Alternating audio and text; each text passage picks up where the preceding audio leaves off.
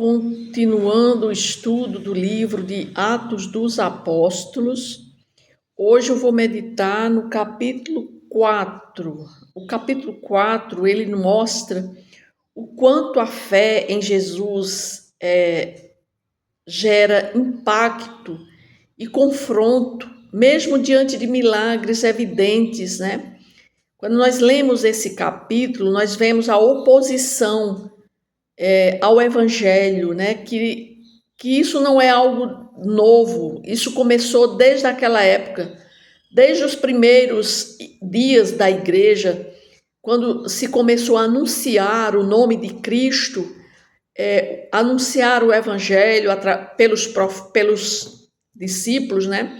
Houve muitos desafios, muitas perseguições, mas ao mesmo tempo houve crescimento, né, e coragem deles, né, em anunciar, mesmo diante de perseguições. E aqui nós vamos ver que os discípulos, né, foram chamados a viver com intrepidez e com confiança em Deus, né, porque é Deus que governa cada situação, mesmo quando tudo parece estar contra nós. É Deus que está no controle de toda a situação, então nós não devemos esmorecer diante das dificuldades por ser seguidor de Jesus. Isso é o que nós vamos ver agora no capítulo 4. Mas antes eu vou fazer uma oração. Senhor Deus Todo-Poderoso, quero mais aprender de Ti, Pai, que esse capítulo venha nos ensinar e nos falar a mim e a cada pessoa que vai ver e ouvir. É o que eu te peço em nome de Jesus. Amém. Então o capítulo começa assim. Falavam eles ainda ao povo quando sobrevieram os sacerdotes, o capitão do templo e os saduceus, ressentidos por ensinarem eles o povo e anunciarem em Jesus a ressurreição dentre os mortos, e os prenderam, recolhendo-os ao cárcere até o dia seguinte, pois já era tarde. Muitos, porém, dos que ouviram a palavra e aceitaram, subiram o número de quase 5.000 pessoas. Ou seja, nós vimos no capítulo anterior, no capítulo 3, nós vimos aquele milagre, né, que foi feito por intermédio do nome de Jesus, diante do templo, aquele aleijado, onde ele se levanta, né, curado, e ali Pedro utiliza ali aquele milagre, faz um discurso, faz uma fala e pede para o povo, para as pessoas se converterem, e muitos se convertem, né? E aqui diz que depois que ele termina aquela fala dele, vem os saduceus, o capitão do templo, né? Os sacerdotes, ressentidos por eles estarem ensinando, né, o evangelho ali naquele lugar, e eles foram presos, né? Ou seja, aquele milagre que tinha acontecido no capítulo anterior, ou seja, Pedro e João, quando eles curaram aquele homem coxo, né? Aquele homem de nascença que estava no templo, conhecido por todos, né? Isso atraiu uma grande multidão e abriu espaço para que Pedro pudesse pregar sobre Jesus e a ressurreição. Mas Jerusalém, como estava sob o domínio romano, né, que o sinédrio era composto por anciãos, sacerdotes, mestres da lei, controlava tudo, né, todos os assuntos sobre o povo judeu. Quando eles veem aquilo, aí eles chamam guardas para prenderem Pedro e João, né?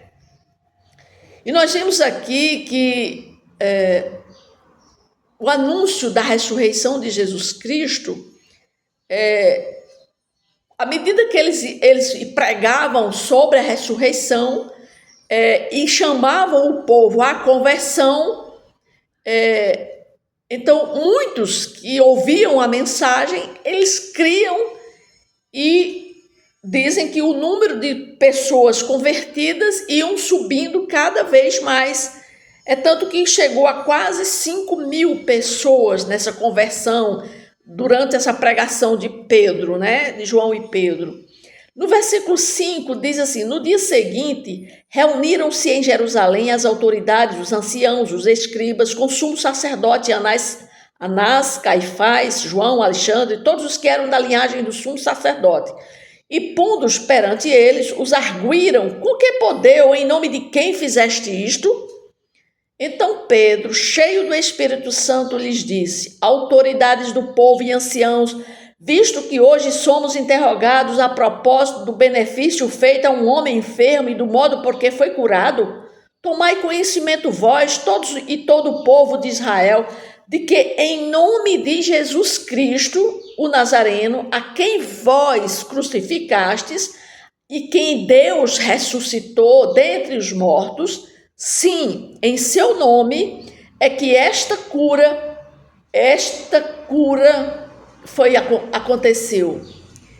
No versículo 11, este Jesus é pedra rejeitada por vós, os construtores, a qual se tornou a pedra angular, e não há salvação em nenhum outro, porque abaixo do céu não existe nenhum outro nome dado entre os homens, pelo qual importa que sejamos salvos. Ao verem a intrepidez, de Pedro e João, sabendo que eram homens iletrados e incultos, admiraram-se e reconheceram que haviam eles estado com Jesus.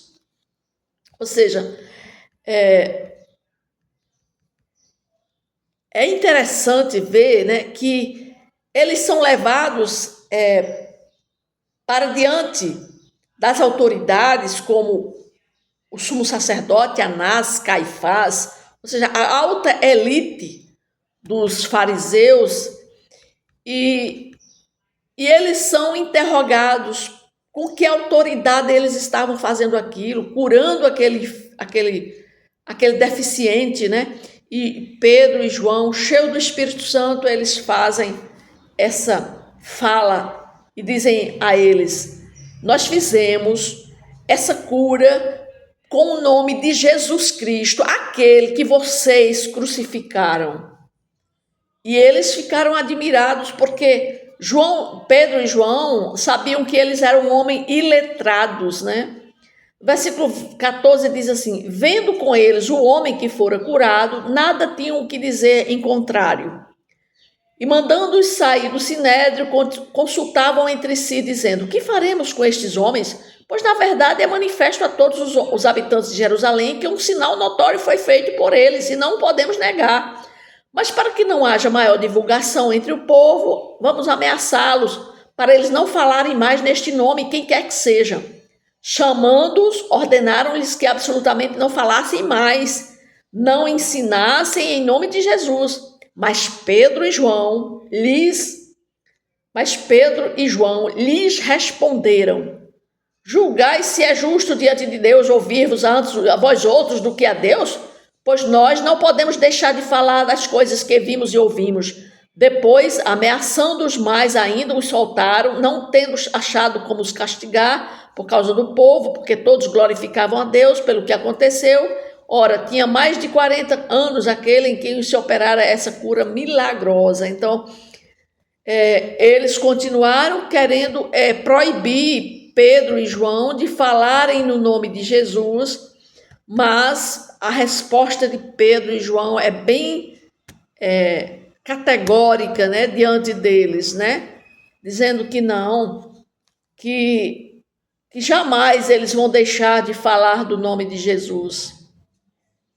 No versículo 23 diz: uma vez soltos, procuraram os irmãos e lhe contaram quantas coisas lhe haviam dito os principais sacerdotes e os anciãos.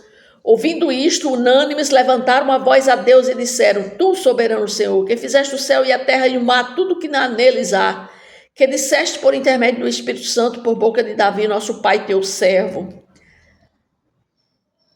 Porque enfureceram os gentios e os povos imaginam coisas vãs, levantaram-se os reis da terra e as autoridades ajuntaram-se uma a uma contra o Senhor e contra o seu ungido. Porque verdadeiramente se ajuntaram nesta cidade contra o seu santo servo Jesus, ao qual ungiste Herodes e Pôncio Pilatos, com gentios e gente de Israel, para fazerem tudo o que a tua mão e o teu propósito predeterminaram.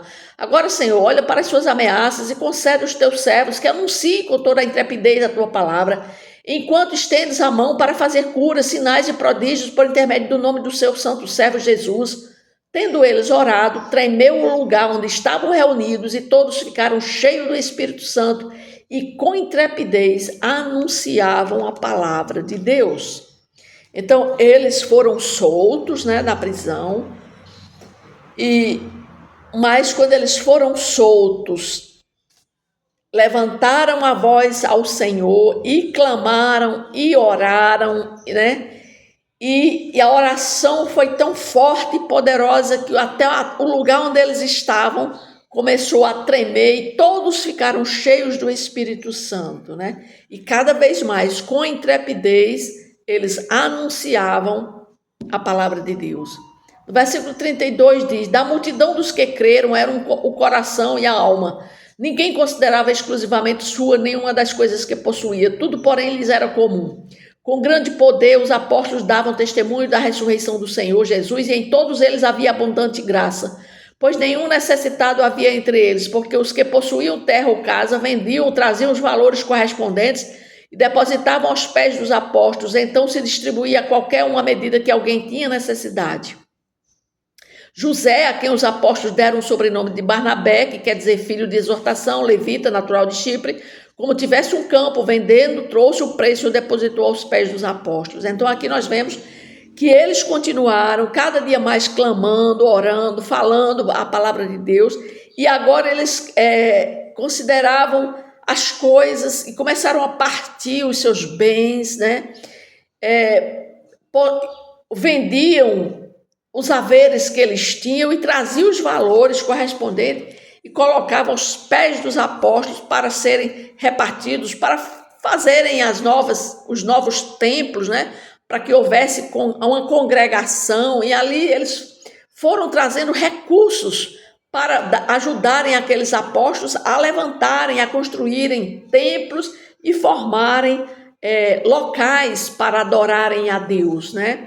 E assim termina o capítulo 4, onde nós vimos, né, que a rejeição ao nome de Jesus ainda continua, né, porque nós vimos aí que as profecias messiânicas foram cumpridas, mas ainda continua a perseguição, porque a perseguição aos discípulos ecoou, né, até mesmo o que os profetas eles sentiram, né, a perseguição que eles tiveram no Antigo Testamento, essa perseguição agora aos discípulos vai ecoar, que o nome de Jesus ele vai ter perseguição agora também no Novo Testamento, mas a oração e o derramamento do Espírito, nós vimos que ele vinha trazer poder para aquelas pessoas que estavam sendo perseguidas, né?